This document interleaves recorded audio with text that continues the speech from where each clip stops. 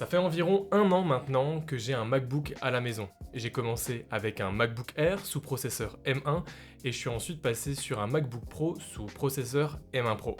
macOS c'est donc une plateforme toute récente pour moi après toute une vie passée sur Windows et évidemment j'ai quand même tendance à comparer les deux OS et si Windows a de nombreux problèmes, je peux pas quand même nier que macOS a également de gros problèmes d'ergonomie avec certaines options assez basiques sur Windows qui ne sont toujours pas présentes sur macOS. Toutefois, et malgré ces points, ce MacBook Pro, je l'adore puisqu'il est résolument taillé pour un usage professionnel et de productivité.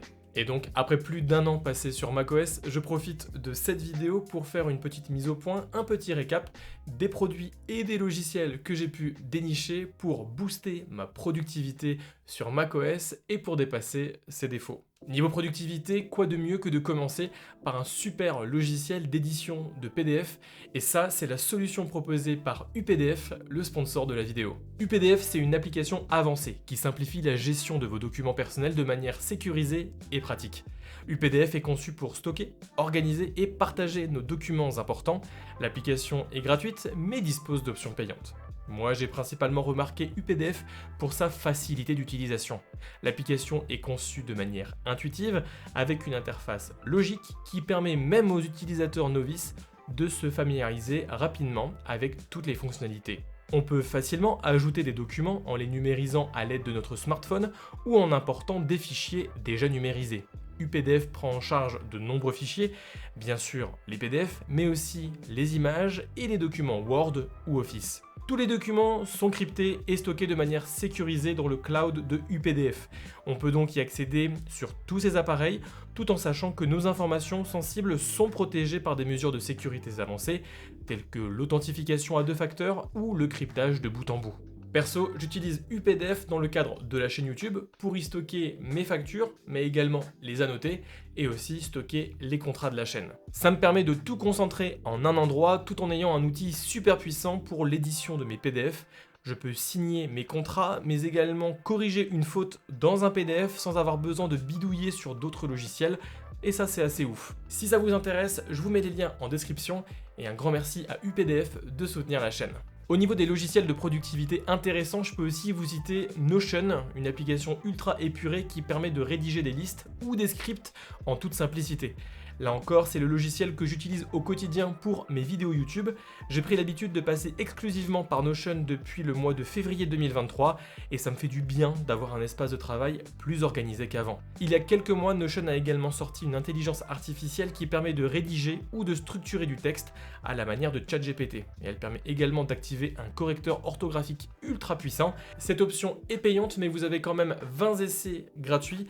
Moi, depuis le mois de mars déjà, il ne me reste plus qu'un essai sur les 20 et je ne veux pas l'utiliser. Une fois que mon script de vidéo est rédigé, que la vidéo est tournée, il est temps pour moi de passer au montage. Et en termes de montage, vous êtes nombreux à me demander en commentaire de mes vidéos ou en message privé sur Instagram quel est le logiciel que j'utilise et la réponse c'est DaVinci Resolve. J'ai choisi ce logiciel dès ma première vidéo sur la chaîne et ce pour plusieurs raisons. Déjà, c'est un logiciel extrêmement puissant, complet et optimisé développé par Blackmagic, un grand nom dans les caméras de cinéma. L'avantage de DaVinci, c'est de regrouper en un seul software le montage, l'étalonnage images et son et les effets spéciaux. Sur la suite Adobe, on aurait dû passer déjà par Premiere, mais également compléter avec d'autres logiciels. Ensuite, DaVinci, c'est un logiciel extrêmement ergonomique. On a de nombreux vidéastes qui utilisent au quotidien DaVinci et on en a de nombreux qui sont en train de faire la transition de Adobe vers DaVinci, puisqu'on a de nombreux tutos, que c'est très simple à utiliser et que globalement la courbe d'apprentissage se fait très très bien. Et enfin, DaVinci, c'est un logiciel qui est globalement gratuit sur 90% de son contenu. On pourra aller jusqu'à de la 4K 60 fps tout en étant gratuit. Moi, c'est aujourd'hui toujours cette version que j'utilise, pas la version payante. C'est dire à quel point c'est suffisant. Mais par contre, ce qui peut rapidement paraître insuffisant, c'est la taille de l'écran sur lequel on fait le montage. Clairement, 13 ou 14 pouces, ça apparaît trop petit pour un usage confortable. Ma première solution, c'est de voir beaucoup plus grand et de partir sur un écran fixe. Un écran de 32 pouces, le M32U de chez Gigabyte. C'est un écran 4K IPS 144 Hz compatible vidéo et recharge sur un seul câble USB-C, ce qui en fait une solution idéale pour Mac. J'ai cet écran depuis septembre 2022 et j'en suis très content. Il est taillé autant pour le jeu que pour le montage et en plus son prix est assez compétitif pour ses caractéristiques techniques. Sauf qu'un écran de 32 pouces, on a déjà vu mieux en termes d'encombrement et de transportabilité. Et c'est là qu'intervient le slide de chez Portable. La première fois que j'ai vu ça, c'était sur Instagram courant 2022, j'ai trouvé le concept génial, donc dès que le fabricant m'a contacté et m'a envoyé le produit pour vous en parler, j'ai accepté sans hésiter. Le slide, c'est tout simplement un support ajustable qui vient se placer derrière votre écran de PC portable et qui y ajoute deux écrans externes de 13 pouces. Les écrans sont installés sur des charnières pliables et retournables, permettant au slide d'être flexible dans l'usage. On peut diffuser des images à 360 degrés en triangle, utiliser qu'un seul écran et même utiliser le slide à la verticale. La proposition de Portable est cohérente. On a ici une structure en aluminium peint qui vient soutenir deux écrans de 13 pouces et le tout pour une épaisseur de seulement 2 cm et un poids contenu de 2 kg, soit autant que mon MacBook. Le slide est donc facile à transporter et se glissera sans trop d'encombre dans un gros sac à dos. Mais malgré cette portabilité, on retrouve quand même à l'intérieur de ce slide deux dalles IPS Full HD avec une luminosité de 250 nits et un revêtement anti-reflet assez appréciable. Ces écrans sont vraiment très agréables à l'usage et permettent de transformer l'utilisation que vous avez de votre MacBook. L'installation est super simple, on place le slide derrière son écran, on ajuste le pied à l'arrière du dispositif qui peut être placé sur 14 niveaux différents, on fait glisser les écrans vers l'extérieur, on ajuste l'inclinaison des écrans, on branche le seul câble nécessaire sur le Mac d'un côté et sur le slide de l'autre, et boum, ça y est, on peut profiter.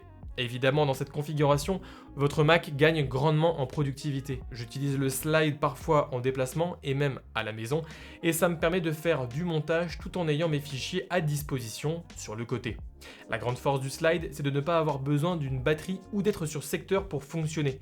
Ici, les écrans viennent se nourrir directement sur la batterie du Mac, ce qui aura pour conséquence de réduire l'autonomie d'environ 30 à 50%, mais je trouve que ça va encore. Le slide permet donc de retrouver facilement un setup multi-écran avec toute la polyvalence que ça implique. Ici, on n'est pas obligé et contraint d'utiliser ce dispositif pour de la productivité et du travail. C'est complètement adapté pour de la bureautique, pour du loisir et même pourquoi pas pour du gaming. Moi perso, j'aime bien ce produit. La proposition est cohérente, la qualité de fabrication honnête et il y a quelques détails bien trouvés comme les logos à l'arrière qui viennent s'éclairer et rappeler la pomme lumineuse des anciens Mac. D'ailleurs, depuis tout à l'heure, je ne vous parle que de Mac car c'est le sujet de la vidéo d'aujourd'hui, mais sachez que ce slide est également compatible avec Windows, Android et Linux. Que ce soit avec le M32U ou avec le slide et ses deux écrans en plus, se pose forcément la question de leur gestion d'un point de vue logiciel. L'échelle d'affichage ne peut malheureusement pas être ajustée sur le slide, mais la luminosité oui. Pour ça, personnellement, j'utilise Monitor Control, une application ultra légère qui permet d'ajuster la luminosité de son Mac, mais aussi des écrans externes. L'application est simple, ergonomique et gratuite, donc c'est parfait. Il existe aussi une application plus complète mais payante qui s'appelle Lunar. Elle est très intéressante, mais je préfère l'approche plus simpliste, directe et gratuite de Monitor Control. Dans tous les cas, là j'ai mon slide d'installer, j'ai bien les trois écrans et tout de suite refait surface une question toute bête sur macOS, comment gérer de façon efficace et pertinente ces différentes fenêtres et applications.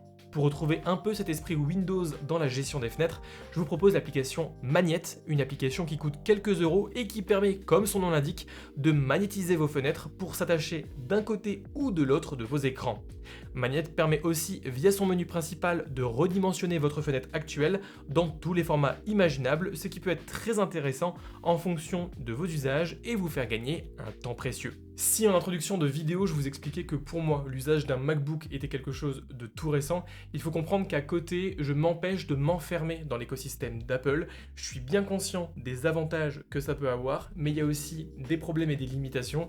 Et en tant que testeur, et même pour ma culture personnelle, j'essaye un petit peu de prendre du recul et d'ouvrir mes chakras. C'est pour ça que j'ai toujours un PC sur Windows, que ma montre c'est une Garmin, que mes écouteurs c'est des Galaxy Buds Pro et que mon téléphone c'est un Samsung Galaxy S23.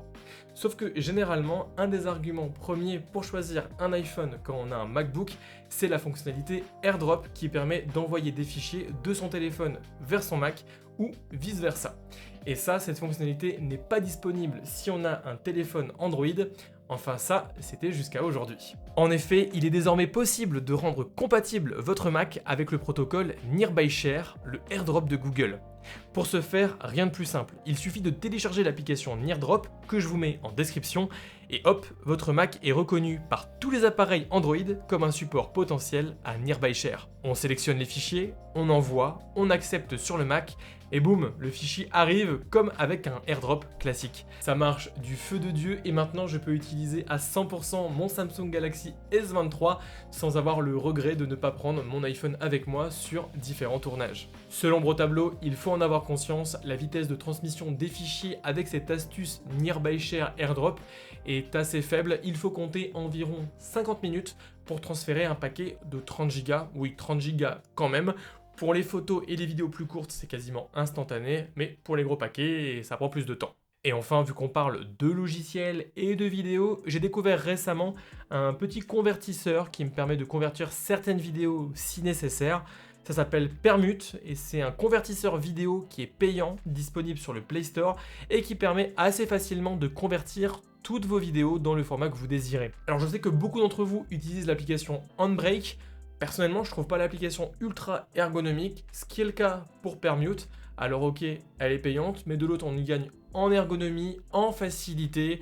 Et moi je trouve que ça vaut bien ces quelques euros pour cette application qui fait vraiment bien le taf. Bon bah voilà, hein, je trouve que ça fait déjà pas mal d'éléments, je vous ai mis du logiciel, je vous ai mis du matériel, à vous de voir ce qui vous intéresse et de faire votre choix. Dans tous les cas, encore un grand merci à UPDF d'avoir sponsorisé la vidéo et à Portable pour l'envoi du slide. En attendant la prochaine vidéo, eh bien prenez soin de vous et restez curieux. Allez, salut!